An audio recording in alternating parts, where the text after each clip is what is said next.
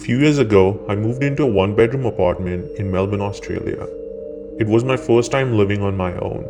The apartment block had been built in the 1930s. I'd been there for a few months when I came home from work one day and went into the bathroom.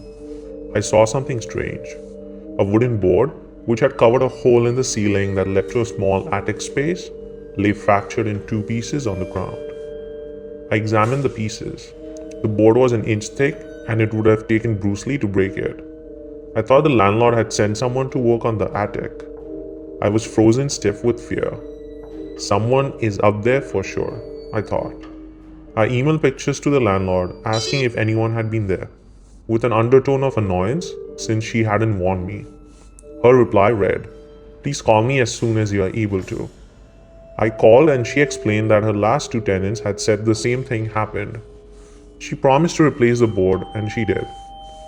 A month later, I woke up one night around 4 a.m.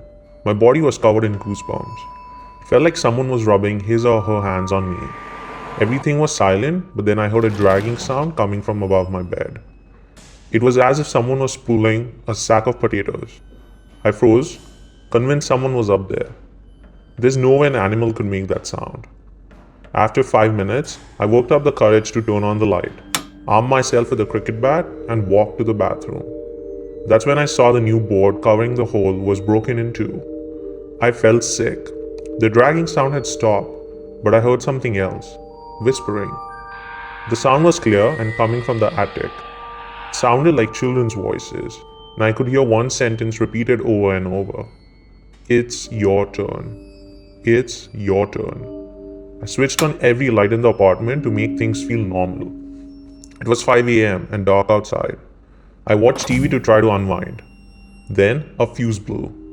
My pet budgie, Dexter, whom I kept in the kitchen, usually never made a sound at night, but he started squawking like he was being strangled.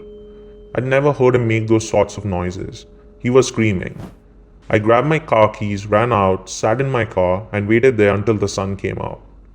When I saw people walking their dogs, this comforted me enough to go back in. The front door was open, but I figured I might have forgotten to close it when I ran out. I went to the kitchen to check on Dexter, but he wasn't in his cage. I felt sick again. All my windows were closed, so I looked everywhere inside. When I walked to the bathroom, I heard splashing. Dexter was half drowned in the toilet. I took him out, washed him, and dried him. I was so confused. At 8 a.m., I called the landlord and gave her a watered down version of the night. "Oh wow, you heard the whispering too?" she said. I stayed in that apartment for another 18 months. I heard the whispering on a few occasions, and twice the board covering the hole in the ceiling moved. Although I live elsewhere now, the landlord recently called. She said that a new tenant had begged to speak with me about some of the stuff that's been going on there.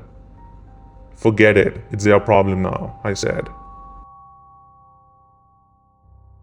When I was a child back in the 90s, I was a fan of ventriloquist Edgar Bergen and his dummy sidekick, Charlie McCarthy. My father once came across a ventriloquist doll as he wandered through a small magic shop located outside of Santa Rosa, California. He decided to buy it for my birthday.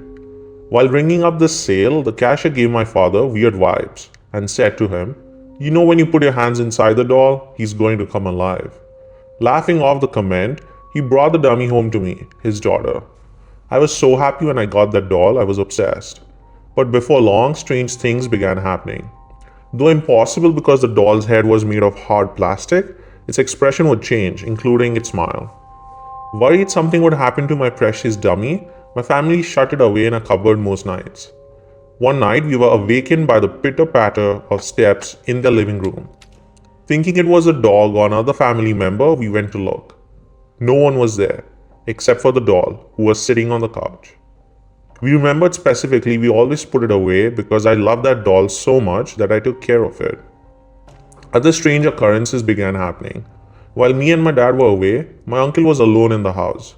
My uncle said he heard my father calling his name from the living room, even though he wasn't home. When he went to look, he found the doll once again, sitting on the couch, and no one else. All of my family was pretty much scared of the doll. People would start hearing their names being called, and we would hear walking at night. So we just decided we needed to get rid of it. Being religious, my parents wanted to burn the doll in case it was demonic. They put it on the grill and it wouldn't burn. This doll would not go up in flames at all, whatsoever. They tried cutting it with a knife but were unsuccessful. Finally, they threw it in the trash can. After the garbage was collected, my dad went to retrieve the bin. In it, the doll. To rid ourselves of the dummy, we dug a hole in the backyard, then filled it with cement. My family has long since moved away, but we still think about the doll and the possibility that eventually it finds one of us.